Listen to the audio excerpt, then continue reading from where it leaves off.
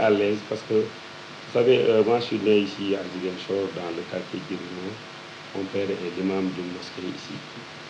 Donc, pendant mon enfance, je ne faisais pas la différence entre la chambre de ma mère et la mosquée. Donc, je me suis amusé, disons, je ne faisais pas la différence, quoi.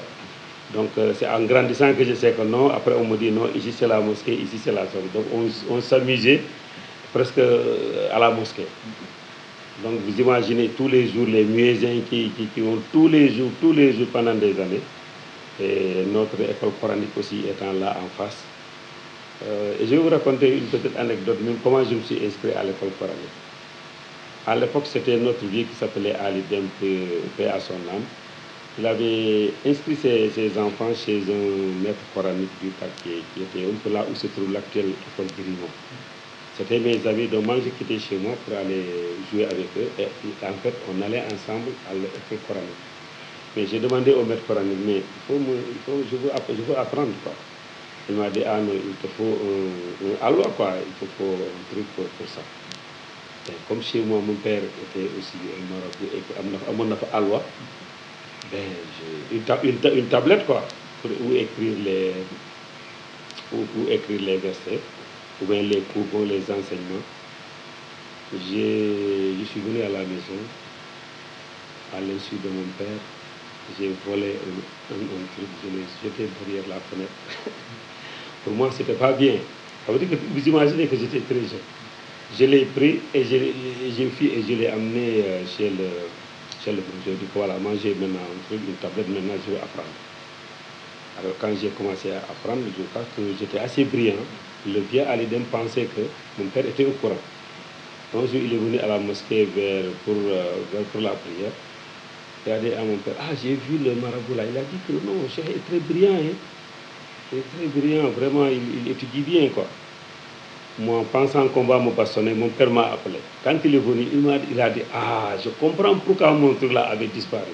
Mais il voulait me féliciter, mais quand il m'a appelé, moi j'ai pris la fuite.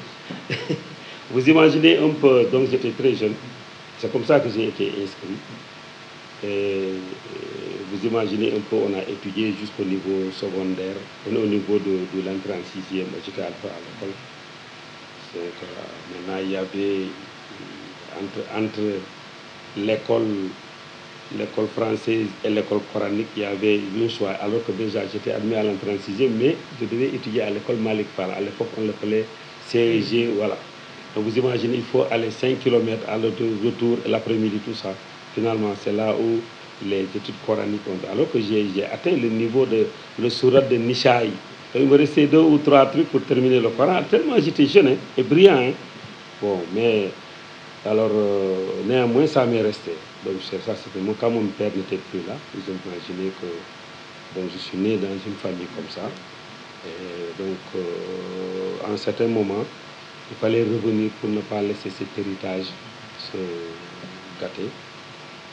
Parce qu'il y avait une communauté ici qui priait, une communauté où les enfants devaient apprendre l'école coranique. Je ne devais pas laisser ça un peu disparaître.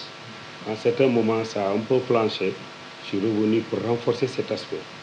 Mais disons que aussi, sur ce parcours religieux, j'ai rencontré une personne qui s'appelle Abdoulaye Al-Ami, qui m'a vraiment aussi encouragé, qui m'a dit que moi je connais la Cameroun, j'allais souvent là-bas, mais voyez, avec mon âge, je ne peux plus aller.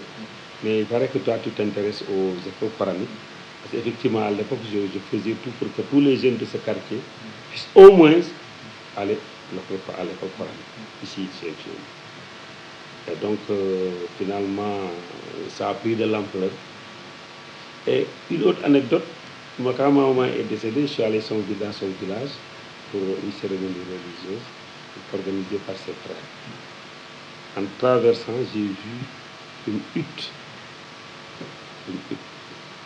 J'ai dit, mais c'est quoi ça? On me dit que ça, c'est l'école coranique. Alors qu'entre-temps, j'ai dépassé l'école française, qui était là, une belle école. Hein. J'ai dit, mais c'est pas possible. De là, mais comment les enfants peuvent étudier ici? On dit, ah, mais c'est comme ça. Même quand l'hivernage, les enfants n'étudient pas. Et même après l'hivernage, il faut du temps. Donc ici, les enfants, avec l'hivernage, ils étudient presque 4 mois dans l'année. C'est le temps que les parents, chaque année, aillent renouveler les trucs pour pouvoir monter une nouvelle hutte. Bon, j'ai dit, c'est pas je vais faire quelque chose. J'ai dit aux gens, bon, il faut voir l'imam et le il donne une zone, et puis je vais vous faire. Je vais faire quelque chose, quoi. Et c'est à partir de là que c'est fait. Mais comme aussi, moi, les Balantes, c'est mes cousins. Donc si je fais une école à Kossi, qui est le village de moi, vous imaginez que tout le monde demande. Je dis, ah mais pourquoi tu le fais ici? Moi, je suis aussi ton cousin. Donc c'est comme ça qu'on a commencé maintenant. Par 10, 20, 10 chaque annuellement. Aujourd'hui, on est à 145. Donc ça, c'est un aspect, sans compter qu'aussi au niveau du truc. Donc, quand on devient un militant, quoi, en fait, derrière, c'est dans la formation des jeunes, mais aussi de la formation de nos communautés. Vous savez, si on ne fait rien, on laisse les jeunes comme ça, je pense qu'ils vont aller à la perdition.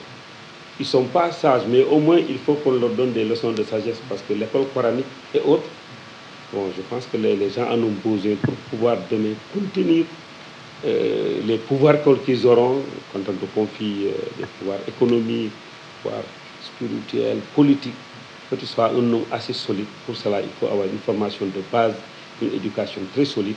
Donc c'est un peu dans le souci, surtout, d'aider les jeunes à se former, à avoir une consistance très puissante pour qu'ils puissent demain assumer leurs responsabilités.